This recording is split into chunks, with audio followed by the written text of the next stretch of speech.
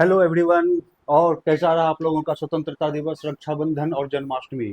सावन का पावन महीना महादेव का खत्म होता है और कृष्ण जी का आशीर्वाद हम लोगों को मिल रहा है। और उसी आशीर्वाद से हम लोग शुरू करते हैं। और हम लोग हमेशा उनको अपने अपने आराध्य को हम लोग क्या कर रहे हैं, पूजते हैं, ताकि जो हमारा वर्दी का सपना है वह सपना हमारा पूरा हो और उनकी आशीर्वाद की कृपा हम लोगों पे बनी रहे। रक्षाबंधन हम लोगों ने बिता लिया, स्वतंत्रता दिवस मना लिया। स्वतंत्रता दिवस आप लोगों का कौन सा था? तो अभी 16 79 79 इंडिपेंडेंस डे हम लोगों ने मनाया। इसके बाद फिर रक्षाबंधन भी हुआ और उसके बाद फिर हम लोगों का जन्माष्टमी का भी हमने नटखट बाल गोपाल का हमने पर्व मना लिया। चले फिर से अपनी जोश को, ऊर्जा को एकत्रित करें और फिर से लग जाएं उस वर्दी के सपने को साकार करने के लिए, जहां पे आपके परिवार का सपना, आपके समाज का सपना और आपका स्वयं का सपना जो आपके पहचान को लेके आएगा, वह वर्दी बिहार दरोगा की वर्दी, जिसको लेकर के आप समाज में एक अच्छा नाम लेकर आएंगे, बदलाव की शुरुआत करेंगे। और उस बदलाव की शुरुआत हमारे इस प्लेटफॉर्म राठौर ब्रदर्स चैनल से होगी, जहां पे महादेव की कृपा से आपका ये पूरा का पूरा बैच क्या है, निःशुल्क है। तो इसलिए घबराना नहीं है, अपने जोश को बनाए रखना है और हमारे साथ लगातार जुड़े रहना है। इसी क्रम में आज हम लोगों का जो साइंस का सीरीज का है, बायोलॉजी का, आज हम लोग एक्सक्रीटरी सिस्टम, उत्सर्जन तंत्र पे चर्चा करेंगे। हम लोगों ने डाइजेशन को देख लिया था, डाइजेस्टिव सिस्टम पे हमने देखा था। इसके बाद हम लोगों का ये है कि जो हमने खाया है उसको पचाने का काम किस प्रकार किया जाता है, पचाने के लिए क्या क्या चीजें जरूरी होती है, पचाने के बाद जो उसको एक्सक्रीट करना होता है, एक्सक्रीशन के लिए हमें क्या, कौन सा अंग हमारा रिस्पॉन्सिबल है। अब एक्सक्रीशन के लिए देखें तो आपको पहले ये बेसिक समझना होगा कि एक्सक्रीशन से मतलब क्या है, उत्सर्जन से मतलब क्या है। हम लोग कुछ भी खाए, हमारे शरीर में, अब सिंपल सा है, एक बेसिक एग्जांपल से समझिए। जब हम लोगों ने कोशिका को पढ़ा था, वहां पर हमने कोशिका को पढ़ा, उसके बाद हमने रेस्पायरेशन को पढ़ा था, रेस्पिरेटरी सिस्टम को। देखें, हर टॉपिक क्या है, एक दूसरे से कनेक्टेड होते चलता है। जब आप लोग इस सीक्वेंस में लेके चलेंगे तो वहां से आपको क्या होता है कि चीजों को समझना और याद रखना आसान होता है, रटने की जरूरत नहीं होती है। जब हमने सेल के बारे में पढ़ा था तो वहां पर हमने basic functional unit of life के बारे में चर्चा की थी, जीवन की सूक्ष्मतम इकाई के बारे में क्या है, कोशिका। इसके बाद हम लोग रेस्पायरेशन पे आए थे, श्वसन तंत्र की सबसे सूक्ष्मतम इकाई क्या है, smallest unit of respiratory system alveoli थी। आज हम लोग जब एक्सक्रीटरी सिस्टम को जब हम लोग देख रहे हैं तो यहाँ पर भी क्या है, एक्सक्रीशन की सबसे छोटी इकाई, उत्सर्जन तंत्र की सबसे छोटी इकाई क्या है, उसे हम नेफ्रॉन कहते हैं। तो आपको एग्जाम में यहाँ से भी क्वेश्चंस आते हैं कि कहाँ पर किस चीज को हम अपने लाइफ में सूक्ष्मतम इकाई के रूप में देखते हैं। जब हम लोग सेंट्रल नर्वस सिस्टम में जाएंगे वहां पर भी देखेंगे सूक्ष्मतम इकाई क्या होती है, smallest unit of nervous system क्या है, तो वो तमाम चीजें आएंगी। जब हम उत्सर्जन की बात कर रहे हैं, जब हमने सेल को पढ़ा, सेल में हमने देखा था कि सेल के डिफरेंट सेल ऑर्गेनेली जो है, कोशिकांग है, और वहां पर वह अपनी अपनी विभिन्न क्रियाओं के लिए वो क्या जाने जाते हैं। इसी के बाद हमने देखा था कि वहीं पर माइट्रोकॉन्ड्रिया क्या है, वो power house of the cell है, ऊर्जा गृह। वहीं पर क्या होता है, हमारे शरीर में जो भी जरूरत की ऊर्जा है, एनर्जी, एटीपी, वहीं पे उसका फॉर्मेशन होता है। जब यहाँ से हम आगे बढ़ते हैं, जब हमने रेस्पायरेशन में देखा था तो उसी रेस्पायरेशन में हमने देखा था कि किस प्रकार ऑक्सीजन हमारे नाक से होते हुए, हमारी सांसों से जाते हुए हमारे रक्त में मिलता है, और वह रक्त से मिलते हुए किस प्रकार हमारे शरीर के डिफरेंट कोशिका में, डिफरेंट पार्ट में पहुंच करके वह वहां पर कौन सी क्रिया, एरोबिक क्रिया करती है, और जिसके फलस्वरूप क्या होता है, CO2 का फॉर्मेशन। CO2 के बनने के बाद क्या है, वो भी तो क्या है, हमारे बॉडी से तो उसको बाहर निकाल रहे हैं, एक्सक्रीट कर रहे हैं, उसे बाहर निकाल रहे हैं। तो वो भी क्या है, CO2 जो बना हमारे बॉडी में उसे भी हम निकाले। तो सांस लेने के कारण भी क्या है, हमारा लंग्स भी क्या है, एक टाइप का एक्सक्रीटरी ऑर्गन है, लेकिन उसका वो फंक्शन प्रॉपर नहीं है, वो मेन फंक्शन नहीं है कि वो एक्सक्रीट करना। इसलिए हमने उसको एक्सक्रीटरी सिस्टम में नहीं पढ़ा, हमने वहां पर उसको रेस्पिरेटरी सिस्टम में पढ़ा था। लेकिन CO2 जो बना एज ए बाय प्रोडक्ट, उसे बाहर निकालने के लिए कौन सा काम करेगा, वही रक्त करेगा, वही हमारा लंग्स करेगा। इसके अलावा देखें, हमारे स्किन, गर्मियों में आप लोगों को अक्सर पसीना आता है, वो पसीना कहाँ से निकलता है, हमारे इसी स्किन से निकलता है। जहां पर हमारे शरीर में आप देखते होंगे जो केस हैं, जो हमारे शरीर त्वचा पर, स्किन पे छोटे छोटे छिद्र हैं, जो पोर्स हैं, उससे हमारे क्या निकलते हैं, पसीना, स्वेट निकलते हैं। तो ये भी क्या है, हमारा स्किन भी क्या है, टाइप ऑफ एक्सक्रीटरी ऑर्गन। तो लेकिन जब हम एक्सक्रीटरी ऑर्गन की बात करते हैं, जब हमारे शरीर में जो मेटाबॉलिक एक्टिविटी हुई, जो हमारे शरीर का जो केमिकल रिएक्शन हुआ हमारे बॉडी में, उसके कारण जो भी अपशिष्ट पदार्थ बने शरीर में, उस अपशिष्ट पदार्थ को निकालना अगर नहीं निकलेगा तो हमारे शरीर में क्या करेगा, वह हानिकारक करेगा। क्यों? क्योंकि वो क्या होते हैं, विषैले होते हैं, टॉक्सिक इन नेचर होते हैं। तो इसके वजह से उनको बाहर निकालना होता है। अगर हम इसी पर देखें तो उसे बाहर निकालने के क्रम में, तो जो हम बाहर जो निकाल रहे होते हैं उत्सर्जन के लिए, जो टॉक्सिक पदार्थ हैं हमारे, जो अपशिष्ट पदार्थ हैं, जो विषैले पदार्थ हैं, मुख्य रूप से वह नाइट्रोजन के रूप में होते हैं। चाहे वह अमोनिया के रूप में हो सकता है, चाहे वह यूरिया के रूप में हो सकता है, चाहे वह यूरिक एसिड के रूप में हो सकता है। यह तीन रूप में निकल सकते हैं। ठीक है, अब यहां पर आपको यह भी समझना है, जब ये अमोनिया, यूरिया और यूरिक एसिड की हम बात कर रहे हैं, तो अगर हम इसकी टॉक्सिसिटी को देखें, इनके विषैले नेचर को देखें, तो जब हम अमोनिया से यूरिक एसिड की तरफ जा रहे हैं तो इनकी टॉक्सिसिटी घटती है, इनका विषैलापन, विषाक्तता इनकी कम होती है। यानी सबसे ज्यादा विषाक्त ये है। इसीलिए आपका जब भी अमोनिया रिलीज करने वाले जो भी आपके जंतु होते हैं, जो भी एनिमल्स होते हैं, वह आपको ज्यादातर आपको कहाँ मिलेंगे, वो जल में मिलेंगे। क्यों? अमोनिया को रिलीज करने के लिए जल की आवश्यकता होती है, नहीं तो उनका विषैलापन इतना होता है कि अदर जो भी उसके सराउंडिंग में एलिमेंट्स होंगे, जो भी जीव होंगे, वह मर सकते हैं। इससे कम टॉक्सिक कौन होता है, यूरिया, और उससे लेस टॉक्सिक यूरिक एसिड। तो इस प्रकार देखें तो अमोनिया के रिलीज के लिए हमको वैसा एनवायरनमेंट चाहिए जहां पर क्या हो, पानी की उपलब्धता हो। और पानी की उपलब्धता कहाँ होगी, जो भी आपके रिवर होंगे, जो भी पोन्ड होंगे, या जो भी इस तरह के जो भी मेराइन हमारे क्या है ऑर्गेनिज्म है, जो भी जलीय जीव जंतु हैं, वहां पर आपको यह नजर आएगा। हम लोग क्या है, टेरिस्टेरियल, हम लोग धरती पे रहने वाले हैं। तो हम लोग क्या है, अगर ह्यूमन की बात करें, मैमल्स की बात करें, तो यहाँ पर आपको यूरिया का उत्सर्जन होगा, और कुछ ऐसे भी एनिमल्स होते हैं जो यूरिक एसिड का भी उत्सर्जन करते हैं।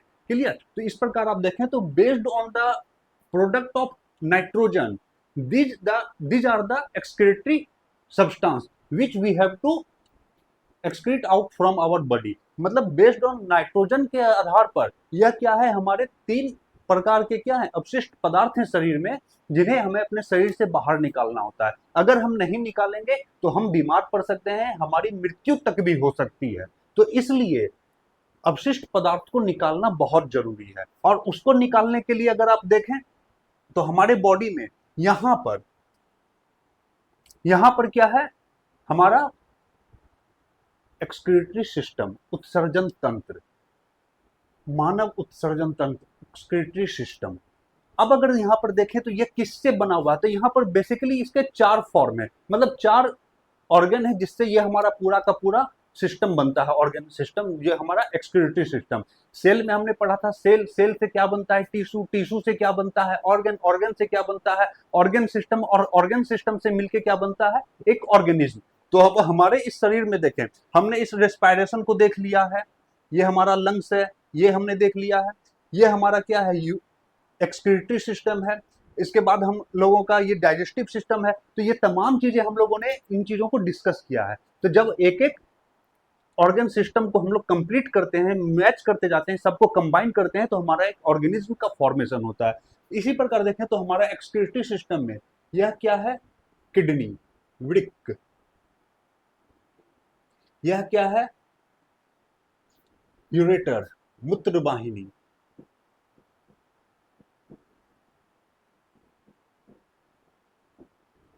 ब्लैडर, यह क्या है, मूत्राशय,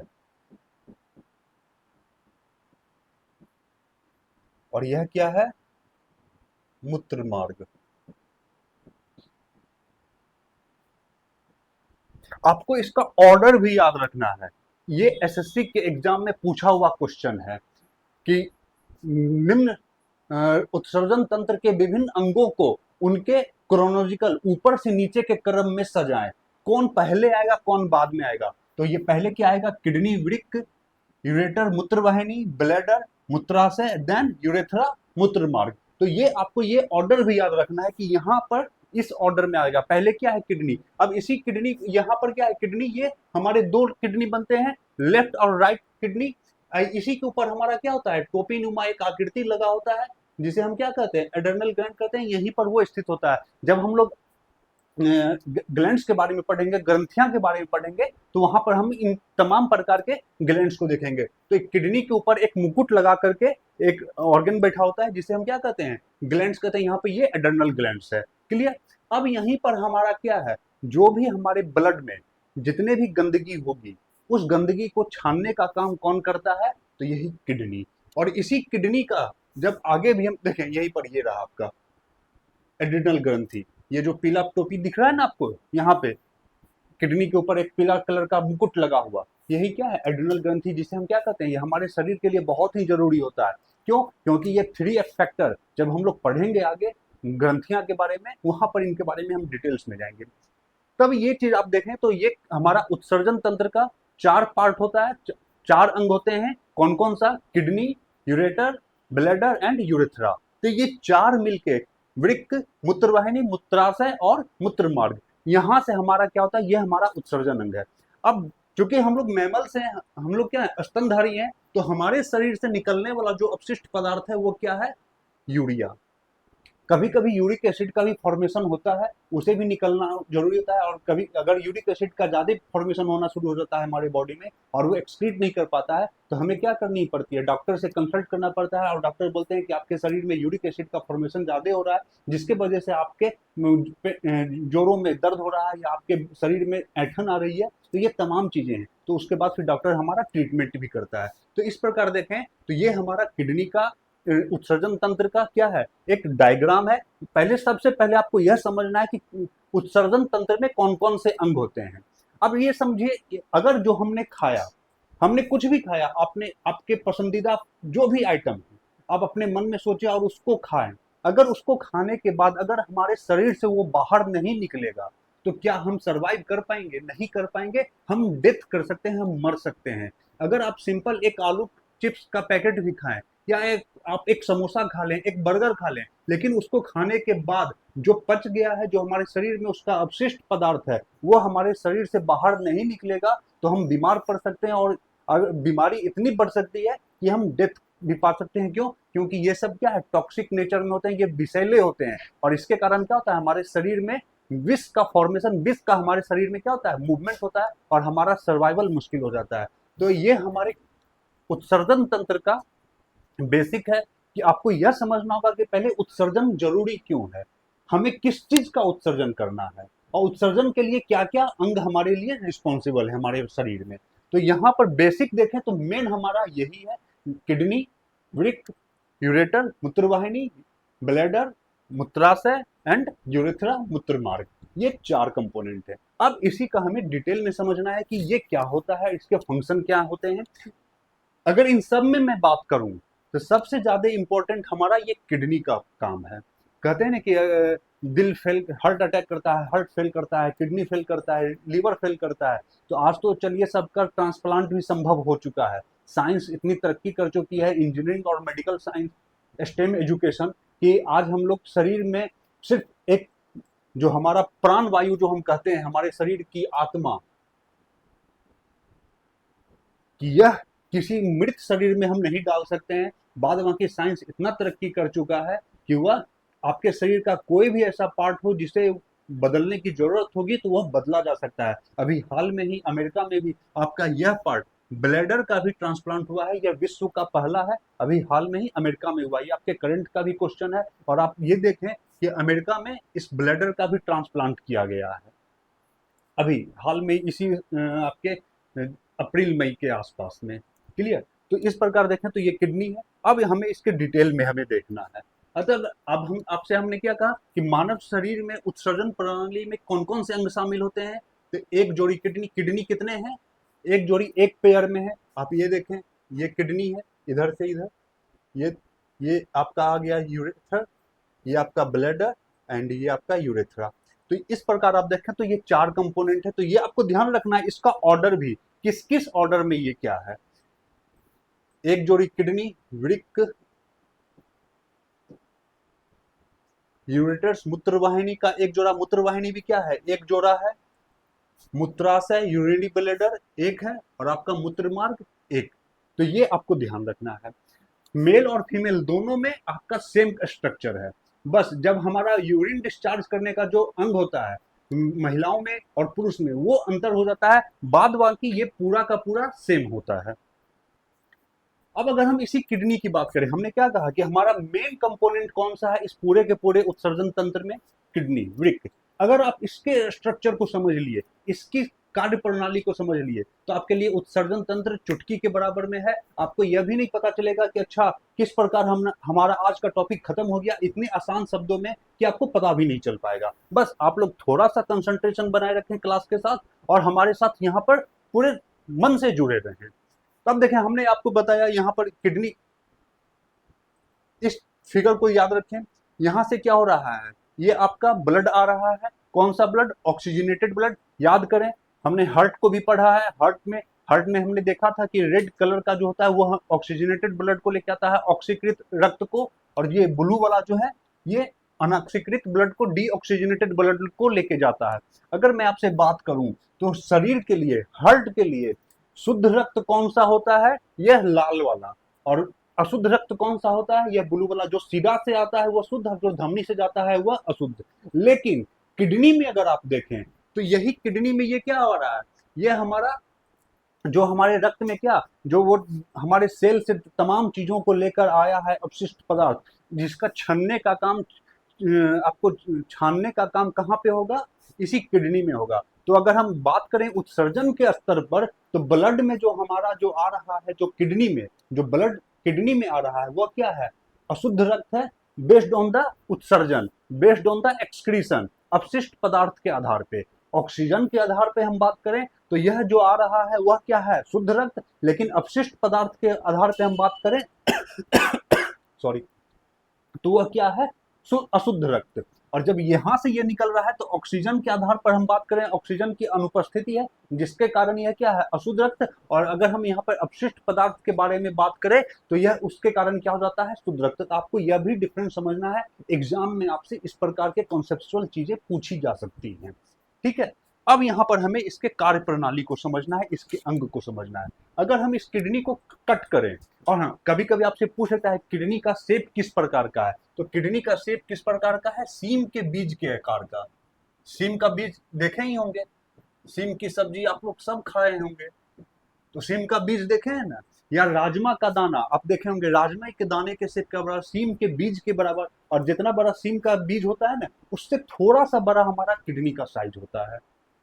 क्लियर। और ये इसका वेट अगर हम बात करें तो ये लगभग 120 ग्राम से लेके 170 ग्राम के बीच में जाता है।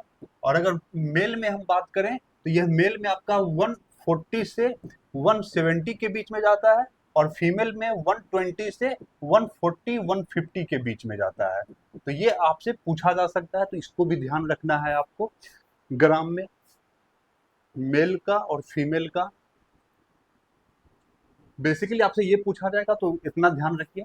अब हमें इसके कंपोनेंट के बात करें, कंपोनेंट को देखें, तो यहाँ पर आपको दिख रहा होगा यह आपका हमने आपसे क्या कहा था कि आर्टरी का मतलब क्या होता है, जो शुद्ध रक्त लेके आता है, ऑक्सीजन वाला ब्लड जो हमारे शरीर में आ रहा है। और जब हमारे वो डिफरेंट डिफरेंट ऑर्गन में जाता है तो हम उस ऑर्गन के साथ हम उस आर्टरी को जोड़ देते हैं। जैसे यहाँ पर ये क्या है, किडनी, किडनी का ही दूसरा नाम क्या होता है, रेनल फंक्शन कहते हैं हम। तो यहाँ पर ये क्या है, रेनल आर्टरी आया। क्लियर। उसी प्रकार हमारे हार्ट में जाता है तो उसी को हम क्या कहते हैं, कार्डियक आर्टरी कहते हैं। हमारे लीवर में आता है तो उसी को हम हेपेटिक आर्टरी कहते हैं। तो ये सब आपको ध्यान रखना है, जिस शरीर के जिस कंपोनेंट में जाएगा वहां पर उसको हम आर्टरी के साथ अटैच कर देते हैं। क्लियर। तो यहां से ये ब्लड आ रहा है, आपको यहाँ पर यह एक स्ट्रक्चर दिख रहा होगा, यह क्या है, कॉनकेव, अवतल टाइप का। और ये बाहर में क्या है, कॉन्वेक्स, अवतल टाइप का। तो ये भी आपको ध्यान रखना है कि किडनी में कॉनकेव अवतल शेप कहाँ पे होता है और कॉन्वेक्स उत्तल शेप कहाँ पे होता है। तो यह जो इनर पार्ट है, आंतरिक पार्ट जो है किडनी का, यहाँ पे आपका कॉन्केव होता है। यहीं पर आपके देखें तो ये रेनल आर्टरी आती है और ये रेनल वेन आता है। यहाँ से क्या होगा, जो हमारा रक्त जो छन कर जाएगा वह इसके जरिए जाएगा, और जो रक्त छनने के लिए आएगा वह रेनल आर्टरी के जरिए आएगा। और यहाँ पर जो इसका ज्वाइनिंग, जहां पर जो इसका एंट्री पॉइंट होता है, इसको हम क्या कहते हैं, हाइलम। क्लियर। इस हाइलम के अंदर में क्या होता है, पेल्विस, जो यहाँ पर इसको पूरे को क्या करता है, स्टोर करने का काम। फिर जब वो आगे बढ़ता है,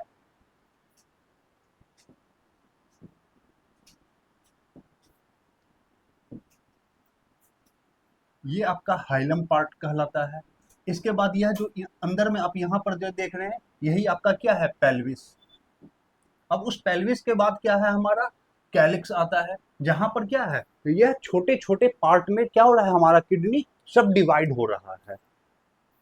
क्लियर। इसके बाद फिर ये क्या होता है, आपको यहाँ पर ये एक स्ट्रक्चर दिख रहा होगा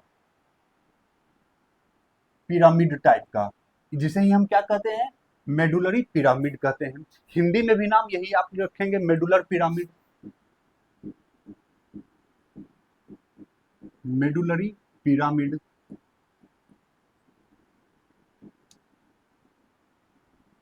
क्लियर। और इस मेडुलरी पिरामिड के बीच में देखें, जो ये हमारा जो ये स्पेस जो बनता है, इस स्पेस को क्या कहते हैं, रेनल कॉलम। क्लियर। अब इसके बाहर, सॉरी,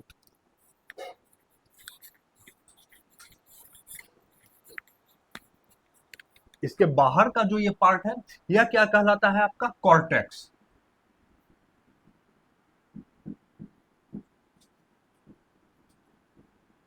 कॉर्टेक्स। और इसके जस्ट ऊपर का जो ये आपको ग्रीन ब्लैक कलर का जो ये दिख रहा है, इसे क्या कहते हैं, रेनल कैप्सूल। तो यह आपको पहले कंपोनेंट याद रखना है। हमने कहां से, अंदर से चले, कहां से, कॉन्केव साइड से चले। कॉन्केव साइड से चले तो पहले क्या आया, हमारा रेनल आर्टरी, रेनल वेन, और यहीं से फिर हमारा ये क्या निकल रहा है, यूरेटर। यानी जो भी हमारे आर्टरी, वेन और यूरेटर का एंट्री एग्जिट पॉइंट जो भी होगा, उसे हम क्या कहते हैं, हाइलम। इसके बाद क्या होता है, पेल्विस। पेल्विस के बाद क्या आता है, हमारा कैलिक्स। कैलिक्स के बाद क्या आया, जो ये पिरामिड टाइप का है, रेनल, आपका medullary pyramid. Renal medullary pyramid के बीच में जो ये स्पेस जो आपको दिख रहा है, यह क्या है, रेनल कॉलम। उसके बाहर का जो ये पूरा का पूरा स्ट्रक्चर है, पूरा का पूरा जो ये है, यह क्या है, कॉर्टेक्स। इसके बाहर में ऊपर में एक लेयर है, इस लेयर को क्या कहते हैं, रेनल कैप्सूल। तो यह आपको समझना है। अब यहीं पर देखें तो यह जो एक कंपोनेंट हमने यहां पर जो दिखाया था, यहां पर आपको ये दिख रहा है, मिलियंस ऑफ, यहां पर आपके छोटे छोटे लाइंस दिख रहे होंगे आपको इस प्रकार के, पिरामिड में, मेडुलरी पिरामिड में ये तमाम छोटे छोटे लाइंस, यही छोटे छोटे लाइंस क्या हैं, हमारा नेफ्रॉन। और यही एक्चुअल काम करता है हमारे ब्लड को छानने का। जैसे चाय पत्ती बनाते हैं ना, चाय बनाते हैं ना, चाय पत्ती, चाय बनाने के बाद क्या करते हैं, डायरेक्ट कप में डाल देते हैं, कि एक छन्नी लेते हैं और उस छन्नी के जरिए क्या करते हैं, चाय को छानते हैं, कि एक भी पत्ती का दाना उसमें नहीं जाए, नहीं तो क्या होगा, आपकी मीठी चाय कड़वी हो जाएगी। उसी प्रकार से यह नेफ्रॉन जो है एक्चुअल काम करता है ब्लड को छानने का। अगर हमारे शरीर में यह नेफ्रॉन नहीं हो तो हमारा ब्लड प्यूरिफाई नहीं होगा, ब्लड छन नहीं पाएगा, और ब्लड हमारा क्या होगा, विषैला हो जाएगा। क्लियर। अब इसी चीज को यहाँ पर हमने दिखाने की कोशिश की, यह समझाने की। अब यह नेफ्रॉन का जो यह स्ट्रक्चर है, यही नेफ्रॉन क्या है,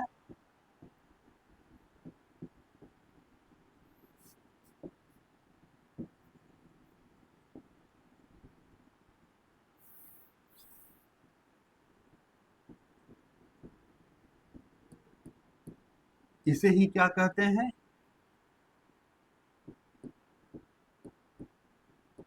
उत्सर्जन तंत्र की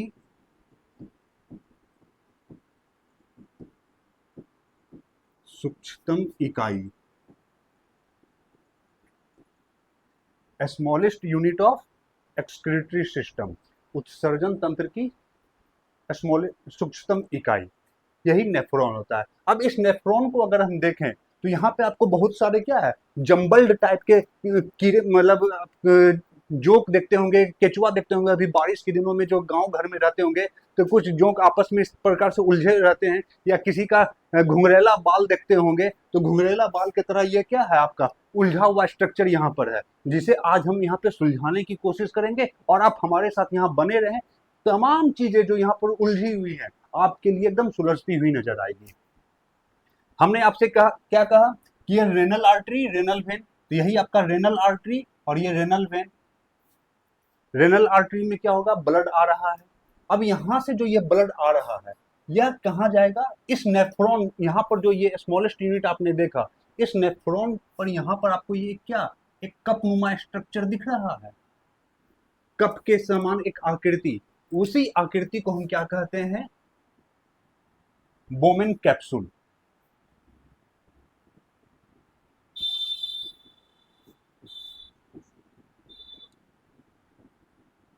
बोमेन कैप्सूल कहते हैं। यह जो आपका जो यह कपनुमा जो आकृति है इसे हम बोमेन कैप्सूल कहते हैं। क्लियर। इस कैप्सूल के अंदर आपको एकदम गजमज गजमज टाइप का इस प्रकार का पूरा ये दिख रहा होगा, यहां पर देखें ये क्या है, अंदर में जो हमारे ब्लड कैपिलरीज हैं वो क्या है, आपस में इस प्रकार गुथे हुए हैं, उसे ही हम क्या कहते हैं, ग्लोमेरुलस। क्लियर। यहाँ पर, और ये एक्चुअल काम ब्लड का फिल्टर का यहीं पे होता है। हमने क्या कहा, नेफ्रॉन क्या है, सूक्ष्मतम इकाई, इसी में होता है, और अगर एक्चुअल में देखें तो इसी में होता है, ग्लोमेरुलस में होता है। क्लियर। अब यहां से क्या होता है, अब इसका फंक्शन क्या है, इसका फंक्शन है यह हमारे रक्त में जो मौजूद जितने भी पदार्थ हैं, चाहे वो आयन्स हो, चाहे वो सोडियम आयन हो, कैल्शियम आयन हो, पोटेशियम आयन हो, चाहे हमारे शरीर का फॉस्फेट आयन हो, चाहे या सल्फेट आयन हो, जो भी आयन हो वो, या फिर हमारे बॉडी में, हमारे रक्त में मौजूद प्रोटीन्स हो, एमिनो एसिड हो, चाहे कार्बोहाइड्रेट्स हैं, चाहे वो विटामिन हैं, इस सब को यहाँ पर यह फिल्टर करता है। क्योंकि यह इतना छोटा होता है कि यह बड़े अणु को फिल्टर नहीं कर सकता, तो इसीलिए जो भी हमारे विटामिन प्रोटीन्स होते हैं वो एज इट इज हमारे ब्लड के साथ यहाँ से बाहर निकल जाते हैं। जो छोटे अणु हैं, स्मॉल मॉलिक्यूल्स हैं, जो हमारे आयंस हैं, अमोनिया है, सल्फेट हैं, आपके जो नाइट्रोजन बेस जो है, वो सब क्या होते हैं, यहाँ पर फिल्टर आउट होते हैं। तो ये यहाँ पर फिल्टर आउट होना शुरू होता है। उसके बाद यह फिल्टर होने के बाद यह कहाँ आता है, इस ट्यूबवेल्स में घूमना शुरू होता है। ये देख रहे हैं पूरा का पूरा, तो ये आपका क्या है, एक डिसेंडिंग, और ये फिर असेंडिंग, ये पहले नीचे आता हुआ फिर ऊपर जाता हुआ। क्यों, ताकि यह क्या करेगा, तभी तो ये जैसे हमारे शरीर से ब्लड जो आया है किडनी से होकर निकलेगा, किडनी से होकर के क्या पूरा का पूरा ब्लड अगर सिर्फ निकल ही जाएगा तो फिर फिल्टर होकर हमारे शरीर में वापस क्या आएगा, तो वो क्या होगा, पहले किडनी से वो निकलेगा, फिर वो वापस किडनी में आएगा। क्लियर। तो ये ब्लड यहाँ पर आपका सर्कुलेट हुआ इस रूप में, कहाँ से, रेनल वेन से, रेनल आर्टरी से आया, कहाँ पर आया, वोमेन कैप्सूल में, वोमेन्स कैप्सूल में वो क्या है, हमारे ग्लोमेरुलस है, उस ग्लोमेरुलस में पूरा वो ब्लड सर्कुलेट किया, उसके बाद वो फाइनली इस ट्यूबवेल्स में, ये जो आपका क्या है, स्मॉल ब्लड कैपिलरी, छोटी रक्त केशिकाएं जो है, वहां पर यह फर्दर आता है। और यहीं पर क्या होता है, जो भी हमारे शरीर से निकलने वाले, चाहे आपके सोडियम हो, पोटेशियम हो, कैल्शियम हो, सल्फेट हो, नाइट्रेट वाले आयन हो, जो भी हो, या एमिनो एसिड हो, एमिनो वाले हो, वो सब क्या होंगे, यहां से फिल्टर आउट होना शुरू होंगे। अब देखें, एक चीज आपको ध्यान रखना है, क्या, यह जो हमारा जो स्ट्रक्चर आपको दिख रहा है इसे कहते हैं हेनलेस लूप, हेलने का लूप। यहीं पर क्या होता है, इसका काम क्या है, इसका काम है हमारा जो यूरिन जो डिस्चार्ज करेंगे, जो हमारा यूरिन का जो फॉर्मेशन होगा वह यहाँ पे इसके कंसंट्रेशन को मेंटेन करेगा। यहाँ से क्या होता है, आपके वाटर निकलेंगे तभी तो ये यूरिन का कंसंट्रेशन बनेगा, और यहाँ पर से यह पोटेशियम आयन क्या होंगे, जो भी आपके आयन से वो बाहर निकलेंगे, तभी इसका क्या होगा, कंसंट्रेशन बनेगा, और ये फिर फर्दर ये आगे बढ़ते जाता है। और ये हमारा क्या है, यह आपके कलेक्टिंग डक्ट है, जहां पर हमारा क्या, कलेक्टिंग डक्ट कहां से जाके अटैच होगा, ये हमारे ब्लैडर में, मूत्राशय में, क्योंकि जो भी हमारा यूरिन बना, यूरिन का जो फॉर्मेशन हुआ वो कहाँ जाके स्टोर होगा, तो किसके जरिए, तो इस कलेक्टिंग डक्ट के जरिए, इस कलेक्टिंग डक्ट के जरिए वो जाके वहाँ पे स्टोर होता है। और उसके बाद फाइनली यह यूरिन एग्जिट्स थ्रू डक्ट, यहाँ से यूरिन बाहर निकलता है। और वो कहाँ से, जब हमारे ब्रेन को सिग्नल मिलता है कि हमें यूरिन करना है, हमें जाके सुसु करनी है, तब जाके हम क्या करते हैं, बाथरूम जाते हैं और यूरिन डिस्चार्ज करके आते हैं। क्लियर? तो यहाँ तक में आपको दिक्कत नहीं होनी चाहिए। क्या क्या यहाँ पर है, बेसिक चीज समझना। किडनी, किडनी का जब हमने यहाँ पर स्ट्रक्चर देखा, तो यहाँ पर एंट्री गेट जो है, कहीं पर भी जाने का एक एंट्री गेट होगा, बाहर आने का एंट्री गेट होगा, तो उसे ही हाइलम कहे। हाइलम के जस्ट बाद क्या होता है, पेल्विस। पेल्विस के बाद जस्ट क्या है आपका, कैलिक्स। और कैलिक्स ही क्या होता है, यह आपके पिरामिड में बना, और दो पिरामिड का जो स्पेस है, इसे ही हम क्या कहे, रेनल कॉलम। क्यों? क्योंकि इसी रेनल कॉलम में आपके कुछ जो ये आपके नेफ्रॉन वाले, यह जो पार्ट है हेलनेस लूप का, कुछ जो होता है इसमें डीप इंसर्ट होता है यहाँ पर डीपली, और कुछ होता है इसके सरफेस से ही निकल के आता है। जहां पर यह पूरा का पूरा डीप इंसर्ट होता है, तो वहां पर यह फंक्शन अच्छे से करता है। लूप, हेलनेस लूप जो होता है वह अच्छा डेवलप, विकसित किया हुआ रहता है। यहाँ पर फिल्टर कैसे हो रहा है ब्लड हमारा, रेनल आर्टरी से आया, रेनल आर्टरी से होते हुए कहाँ पर गया, वो बोवेन कैप्सूल में। बोवेन कैप्सूल में क्या है, हमारी ग्लोमेरुलस है, ग्लोमेरुलस में वो जाके पूरा ब्लड फिल्टर हो रहा है। जो भी हमारे ये आयंस हैं, जो भी हमारे अपशिष्ट पदार्थ हैं, वह वहां पर स्टोर हो रहा है, वहां से फिल्टर हो रहा है। छोटे आयंस क्या होते हैं, फिल्टर आउट होके वो स्टोर हो जाते हैं। बड़े आयन जो होते हैं, जो हमारे प्रोटीन हो गए, विटामिन हो गए, कार्बोहाइड्रेट्स हैं, वह ब्लड के साथ फ्लो कर जाते हैं, वो यहाँ पे फिल्टर आउट नहीं होते हैं। फर्दर जब यहाँ से वो आगे बढ़ता है, तो ये यहाँ पर से क्या होता है, रीऑब्जॉर्प्शन, ऑब्जर्वेशन, मतलब पुनः इसका अब्सॉर्प्शन हमारे ब्लड में, ताकि जो ब्लड का जो कंपोनेंट है, ब्लड में जितने भी जरूरत की चीजें हैं, आवश्यक तत्व, वह ब्लड में बना रहे। यूरिन डिस्चार्ज करते समय बस सिर्फ हमारे शरीर से क्या निकले, अपशिष्ट पदार्थ। और ये फाइनली इस प्रकार कलेक्टिंग डक्ट से होते हुए यूरिन एक्सिस, यूरिन डिस्चार्ज करते हैं। जब हमारे, अब वृक्क की संरचना और कार्य प्रणाली, जिसको हमने अभी आपके साथ डिस्कस किया, यहीं पर है। अब एक बार इसको हम लोग पढ़ लेते हैं। प्रत्येक वृक्क अत्यधिक संख्या में उत्सर्जन इकाइयां, हमने क्या किया था, यही आपके smallest unit of excretory system क्या है, जिसे नेफ्रॉन कहते हैं, से बना होता है। नेफ्रॉन के ऊपरी हिस्से पर कप के आकार का एक थैला होता है, जिसे बोमेन्स कैप्सूल कहते हैं। बोमेन कैप्सूल के निचले हिस्से पर नली के आकार की एक छोटी नली, ट्यूबेल होती है। ये दोनों मिलकर नेफ्रॉन बनाते हैं। नली का एक सिरा बोमेन कैप्सूल से जुड़ा होता है, दूसरा वृक्क की मूत्र एकत्र करने वाली संग्रहण नलिका से जुड़ा होता है। बोमेन कैप्सूल में रक्त केशिका का पुलिंदा होता है, जिसे ग्लोमेरुलस कहते हैं। हमने ये आपको सब डिस्कस किया है, यही ये बोमेन कैप्सूल के अंदर ये जो पुलिंदा है रक्त केशिका का, उसे ही ग्लोमेरुलस कह रहे हैं। ग्लोमेरुलस का एक सिरा वृक्क धमनी से जुड़ा होता है, इसमें यूरिया अपशिष्ट युक्त गंदा रक्त लाता है। दूसरा सिरा यूरिया मुक्त रक्त के लिए वृक्क सिरा रेनल वेन के साथ जुड़ा होता है। ये हमने देखा आपको, यहाँ पर क्या है, एक रेनल वेन और रेनल आर्टरी के साथ जुड़ा हुआ है। एक क्या हो रहा है, अपशिष्ट रक्त को लेकर आ रहा है, अपशिष्ट पदार्थ युक्त रक्त, और दूसरा जो वहां से रक्त जो छन गया है, चाय छन्नी से हमने छान लिया है रक्त को। आप ऐसे समझिए किडनी क्या है, जस्ट हमारा चाय छन्ना है। चाय छान रहे हैं हम लोग, यहाँ पर हम लोग क्या छान रहे हैं, अपने ब्लड को छान रहे हैं, और छान करके हमें मिलेगा क्या, मूत्र मिलेगा। तो उसे, और स्वास्थ्य के लिए देखें तो डॉक्टर कभी कभी हमारे शरीर में, अगर हमारे शरीर में कुछ इस प्रकार की बीमारी होती है, तो डॉक्टर हमें क्या कहते हैं कि अपना सुबह का पहला जो आपका मूत्र जो विसर्जन करते हैं, मूत्र जो आपका यूरिन डिस्चार्ज करते हैं, डॉक्टर कभी कभी हमें वो पीने की भी सलाह देते हैं। और ऐसे अगर आप देखें तो गाँव घर में आज भी लोग गाय का मूत्र, गौमूत्र लोग पीते भी हैं। क्लियर? यहाँ पर आप देखें तो ये चीज होगी। तो ग्लोमेरुलस का एक सिरा वृक्क धमनी से जुड़ा होता है, जो इसमें यूरिया युक्त क्या है, अपशिष्ट रक्त है, और दूसरा सिरा रेनल वेन से जुड़ा होता है, जहां से वह वृक्क सिरा जो शुद्ध रक्त को, मतलब जहां से यूरिया निकल चुका है रक्त से। ग्लोमेरुलस का काम क्या है, उसमें से प्रवाहित होने वाले रक्त को साफ करना।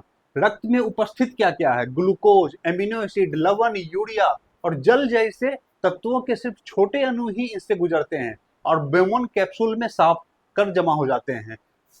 ग्लोमेरुलस केशिकाओं से प्रोटीन रक्त केशिकाओं से बड़े जैसे अणु नहीं गुजर पाते और रक्त में ही रह जाते हैं। ये हमने आपसे बताया कि बड़े जो भी प्रोटीन विटामिन जो हैं वो रक्त में यहाँ पे छन नहीं पाते हैं बोवेन कैप्सूल में, क्योंकि अगर वो भी छन जाएंगे तो फिर हमारे शरीर को जो आवश्यक ऊर्जा है, जो एनर्जी चाहिए, वो हमारे शरीर को मिलेगा नहीं। तो इसलिए जो उसके मेजर कंस्टिट्यूएंट है न्यूट्रिएंट्स जो हैं वो ब्लड के साथ ही फ्लो करते रहते हैं।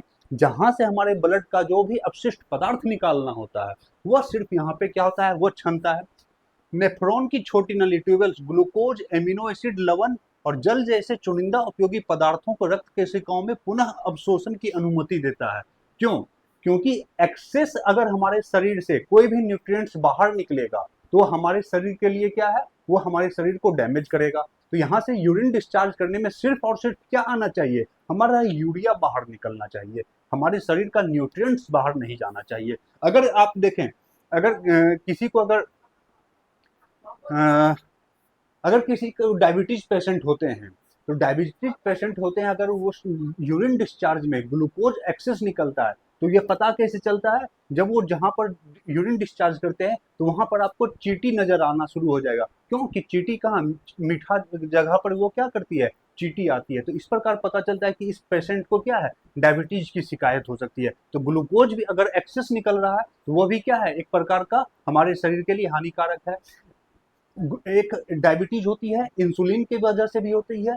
इंसुलिन का सेक्रेशन अगर हमारे पेनक्रिया के कारण अप डाउन होता है, उसके वजह से भी हमारे शरीर में क्या होता है, डायबिटीज।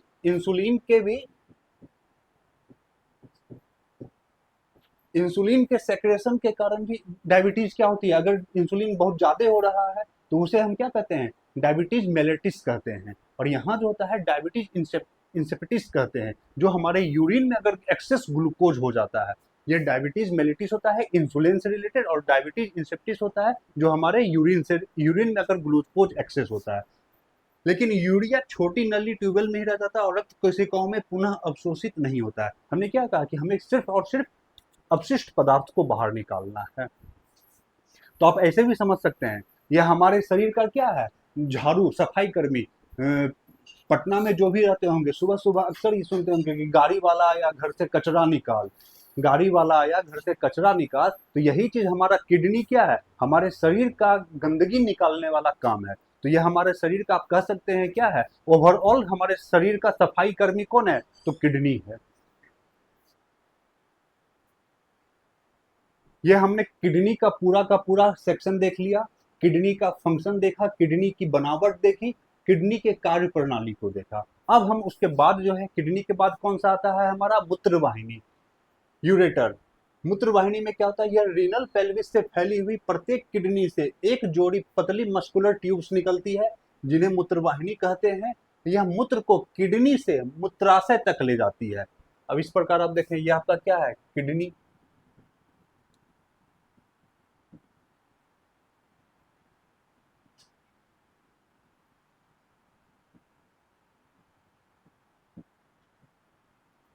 ये किडनी है, किडनी से निकल रही है एक जोड़ी आपकी क्या, यूरेटर।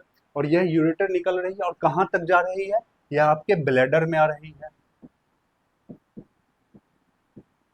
मूत्राशय में। ये आपके मूत्राशय में आ रही है। और यह क्या है, मांसपेशियों से बनी थैली जैसी संरचना है, जो क्या करती है, मूत्र को संग्रहित, आपके यूरिन को कलेक्ट करने का काम करती है। ऐसा नहीं है कि आप ये समझे, किडनी से एक दिन में लगभग आपके 180 लीटर ब्लड फ्लो करता। आप कहिएगा कि सर हमारे शरीर में तो 5 ही लीटर ब्लड होता है, तो 180 लीटर ब्लड कैसे यहाँ से फ्लो कर जाएगा। अरे भाई, आपके शरीर में 5 लीटर ब्लड होता है, हमारे शरीर में एक बार 1 मिनट में हमारा हार्ट कितनी बार पंप करता है, लगभग 72 बार। ये हम लोगों ने हार्ट के क्लास में देखा था। हार्ट कितनी बार पंप करता है 1 मिनट में, 72 टाइम्स, 62 टाइम्स, 72 टाइम्स, 72 बार यह पंप करता है।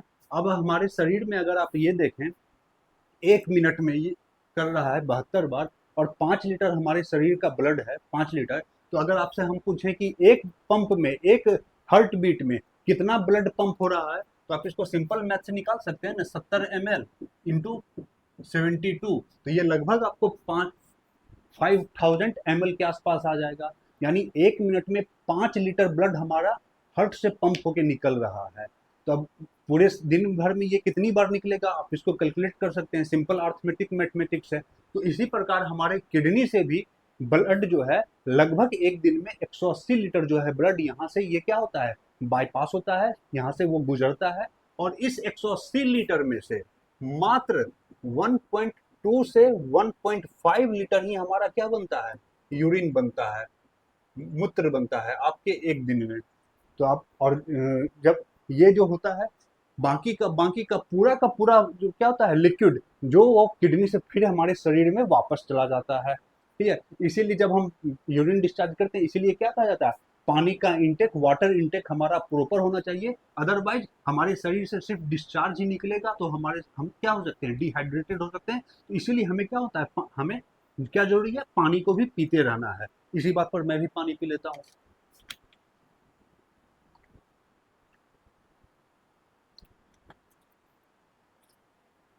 क्लियर। तो यहाँ पर आपका ये आ गया, यानी एक दिन में कितना हमारा ब्लड जो है किडनी से निकलता है, कितना अमाउंट, लगभग 180 अमाउंट निकलता है। और यह इससे कितना हमारा यूरिन का फॉर्मेशन होता है, तो यह लगभग 1.2 से 1.5 लीटर हमारा क्या बनता है, यूरिन का, मूत्र का निर्माण होता है। अब मूत्र मार्ग, ये हमारा मूत्र मार्ग है। अब यहाँ से क्या होगा, यह मूत्राशय यूरिन यूरिनरी ब्लैडर से निकलती है और मूत्र को शरीर से बाहर निकालने में मदद करती है। क्लियर।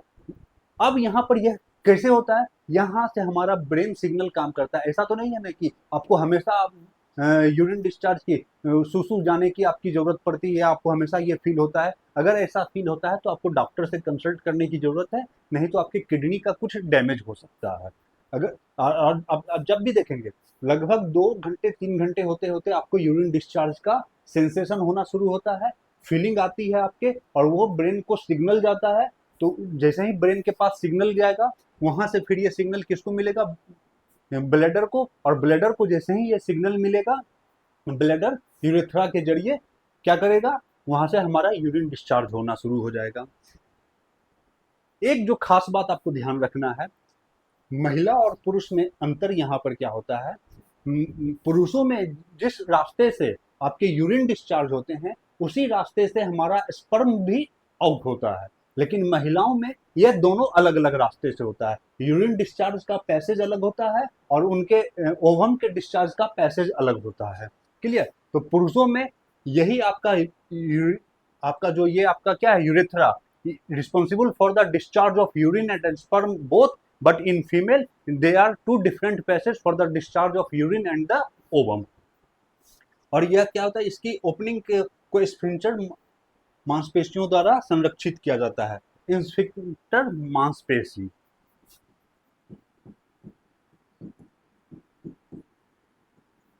स्फिंक्टर मसल्स के जरिए यह क्या होता है, क्यों, अब जैसे आप याद करें, जब हमने पाचन सिस्टम को पढ़ा था, वहां पाचन सिस्टम में हमने क्या कहा था, जब हम खाना खाते हैं तो ये हमारी ग्रास नली होते हुए जब जो ये भोजन जो जाता है हमारे उदर में, हमारी पेट में, वो कौन सा मोशन होता है, पेरिस्टाल्टिक मोशन होता है, क्रमाकुंचन प्रक्रिया कहते हैं। क्यों, क्योंकि वो सिर्फ एक डायरेक्शन के मोशन को इंश्योर करता है। आप सोचें, अगर आपका यूरिन ब्लैडर में आपका यूरिन जमा है, मूत्र आपका जमा है, और आपको बाहर डिस्चार्ज करने के बजाय ये वापस अंदर शरीर में आपके ये जाना शुरू जाए, आपके ये यूरेटर से होते हुए आपके किडनी में आ जाए और फिर ये हमारे ब्लड में चला जाए, तो क्या ये पॉसिबल है। तो इसको कंट्रोल करने के लिए दो चीज होता है, एक तो आपके यूरेथ्रा में ही स्फिंक्टर मसल्स होते हैं, और दूसरा आप इसके ओपनिंग को देखें, यहाँ पर इस ओपनिंग को, ये किडनी जो है आपका,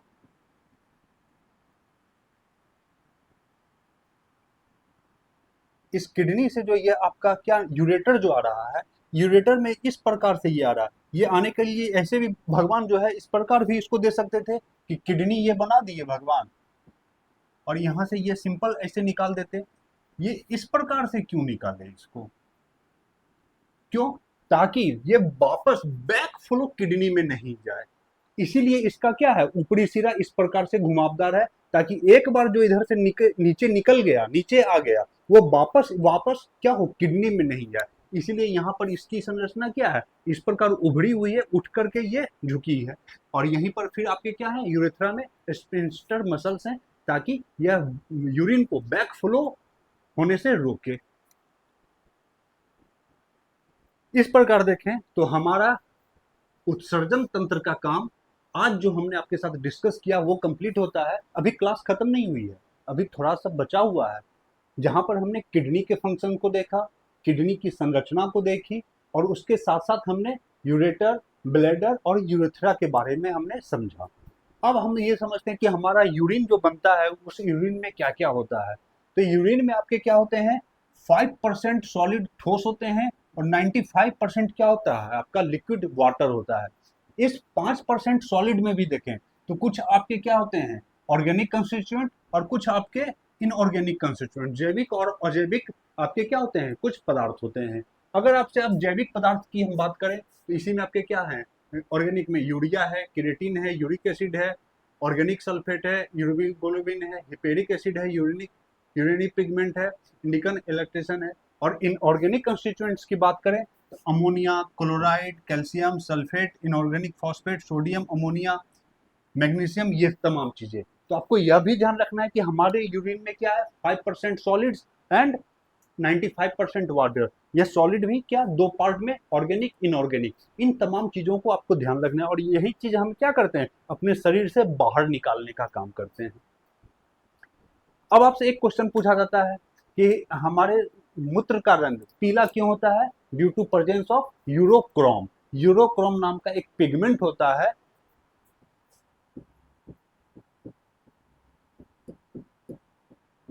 यूरोक्रोम के पिगमेंट के कारण ही हमारा मूत्र क्या होता है, आपका पीला होता है।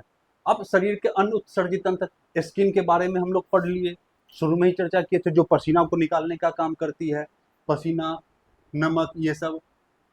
फेफड़ा, फेफड़ा के बारे में भी हम लोगों ने पढ़ा था, ये हमारा रेस्पायरेशन का काम है, लेकिन यह कुछ CO2 जो हमारे शरीर में बना उसे भी बाहर निकालती है। तो इसलिए भी ये क्या है, हमारे शरीर का एक टाइप ऑफ उत्सर्जित तंत्र है। फेफड़े कार्बन डाइऑक्साइड, CO2, पानी के वाष्प को शरीर से बाहर निकालते हैं। कार्बन डाइऑक्साइड कोशिकीय श्वसन का एक उप उत्पाद है, और इसे फेफड़ों द्वारा रक्त से वायु में विसरित किया जाता है। अन्य उत्सर्जित तंत्र में और अंग क्या है हमारा, यकृत, लीवर। लीवर भी जब हमने डिस्कस किया था पाचन तंत्र को, वहां पर लीवर के फंक्शंस को हमने देखा था। तो लीवर क्या करता है, जो भी हम लोग हमारे शरीर का जो विषैला, जो भी खाने में जो भी विषैला चीज है, जैसे हम अल्कोहल लेते हैं, लेना नहीं चाहिए, लेकिन अगर हम लोग कोई भी पर्सन अल्कोहल लेते हैं तो वहां पर जो लीवर में मौजूद क्या है, कुफर सेल, वो उसको छानने का काम करता है। जितने भी टॉक्सिसिटी होती है उसको वो वहां पर रिमूव करता है, कुफर सेल। तो यकृत विषाक्त पदार्थों को संसाधित करता है, और अमोनिया को यूरिया में परिवर्तित करता है। तो यह भी आपसे क्या है, एक क्वेश्चन है, इंपॉर्टेंट क्वेश्चन, कि अमोनिया को यूरिया में कौन बदलता है, तो यकृत, लीवर में। यह प्रक्रिया यूरिया चक्र के रूप में जानी जाती है, और यूरिया को फिर यकृत द्वारा शरीर से बाहर निकाल दिया जाता है। यकृत कुछ अन्य अपशिष्ट उत्पादों जैसे बिलिरुबिन और कोलेस्ट्रॉल को भी संसाधित करता है। हमारे इंटेस्टाइन, आंतें, छोटी आंत, बड़ी आंत, यह भी पाचन क्रिया के दौरान आंतों के ठोस अपशिष्ट उत्पादों, अनापचित भोजन, बैक्टीरिया और पित्त वर्णक को शरीर से बाहर निकालती है। तो यहाँ पर आपको यह इंपॉर्टेंट है, इसको आप लोग जरूर नोट डाउन कीजिएगा, और ये याद रखिएगा कि अमोनिया का यूरिया में कहाँ पे बदलता है, तो हमारे लीवर में। और कुछ अब जैसे हमने आपसे शुरू में ही कहा कि शुरू में जैसे हमने आपसे चर्चा की थी, नाइट्रोजन बेस्ड होने के कारण तीन टाइप से होता है। एक आपका अमोनिया का डिस्चार्ज होता है, एक आपका यूरिया का डिस्चार्ज होता है, एक आपका यूरिक एसिड का डिस्चार्ज होता है। और ये टॉक्सिसिटी, इसकी विषाक्तता भी क्या है, अमोनिया से यूरिक एसिड की तरफ घटती हुई जाती है। सबसे ज्यादा विषाक्त ये होता है, इसीलिए इसके डिस्चार्ज के लिए क्या चाहिए, कौन सा मीडियम, वाटर होना चाहिए, पानी होना चाहिए, अदरवाइज वहां पर रहने वाले अदर जीवों के लिए क्या है, यह हानिकारक हो सकता है। यूरिया एंड यूरिक एसिड, तो इस प्रकार के जो भी जीव होते हैं उन्हें हम एमिनोटेलिक कहते हैं। इस प्रकार का जो जीव यूरिया का डिस्चार्ज करता है इसे यूरियोटेलिक कहते हैं, और जो यूरिक एसिड का डिस्चार्ज करता है इसे यूरिकोटेलिक ऑर्गेनिज्म कहते हैं। अब विभिन्न जंतुओं में उत्सर्जन के लिए अलग अलग विधि अपनाई जाती है। जैसे अमीबा या अन्य एक कोशिकीय जीव की हम बात करें, यूनिसेलुलर ऑर्गेनिज्म की बात करें, तो वहां पे अपशिष्ट कार्बन डाइऑक्साइड का उत्सर्जन कोशिका भित्ति के द्वारा होता है। आपसे ये पूछा जाएगा कि अमीबा में उत्सर्जन के लिए कौन रिस्पॉन्सिबल है, तो सेल वॉल, कोशिका भित्ति। और किस क्रिया के कारण, तो परासरण की क्रिया के कारण, डिफ्यूजन प्रोसेस के कारण क्या होता है, वहां से वो CO2 को बाहर निकालता है। लेकिन नाइट्रोजनी अपशिष्ट CO2 को निकालने के लिए क्या जरूरत है, तो सेल वॉल। लेकिन नाइट्रोजनी अपशिष्ट पदार्थों और अतिरिक्त जल का उत्सर्जन संकुचनशील रिक्तिका, वैक्यूल्स के माध्यम से होता है। तो आपको यह ध्यान रखना है, अगर हम अमीबा की बात करें तो अमीबा में आपके दो चीज आ गई, क्या, cell wall and vacuoles. Vacuoles आपका क्या है, किस चीज के लिए, नाइट्रोजन बेस के रिमूवल के लिए, और सेल वॉल आपके CO2 के रिमूवल के लिए। सी से सेल वॉल, सी से CO2 का रिमूवल। वैक्यूल से नाइट्रोजनी बेस का, नाइट्रोजन अपशिष्ट पदार्थों का रिमूवल। केचुआ में अगर हम बात करें, अर्थवर्म में, तो नलिका जैसे उत्सर्जन पाए जाते हैं जिसे नेफ्रेडिया कहते हैं। यह भी आपके लिए इंपॉर्टेंट पॉइंट है, आपसे यह पूछा जाता है, अर्थवर्म केचुआ का उत्सर्जित तंत्र अंग क्या कहलाता है, तो नेफ्रेडिया। इसके साथ साथ केचुए की आर्द्र त्वचा, जो आपका क्या है, मॉइस्ट स्किन है, भी उत्सर्जन तंत्र की भूमिका निभाती है। मनुष्यों में पतली सूक्ष्म नलिकाएं, जिन्हें नेफ्रॉन कहते हैं, उत्सर्जन इकाई के रूप में कार्य करती है। उत्सर्जन वृक्क, किडनी का निर्माण 1 मिलियन नेफ्रॉन के मिलने से होता है। तो इस प्रकार देखेंगे आज हम लोगों का उत्सर्जन तंत्र कंप्लीट होता है। इस महादेव बैच में आप लोग हमारे साथ लगातार बने रहें, क्योंकि यहाँ पर जो कंटेंट आपको दिया जा रहा है, यह मत समझिए कि यह फ्री है तो यहाँ पर कंटेंट आपको एकदम हवा में दिया जाएगा, नहीं। आपके लिए एक बेसिक प्लेटफॉर्म तैयार किया जा रहा है, आपके कॉन्सेप्ट का एक बेसिक फाउंडेशन तैयार किया जाता है, और उस बेसिक फाउंडेशन पर ही जाके आपका वर्दी का सपना का क्या होगा, महल बनेगा। तो हमारे साथ लगातार जुड़े रहे राठौर ब्रदर्स चैनल पे, इस महादेव बैच से, और यहाँ से आपके कंटेंट को, सिलेबस को हम पूरी करने की जिम्मेदारी हमारी पूरी टीम की है। धन्यवाद।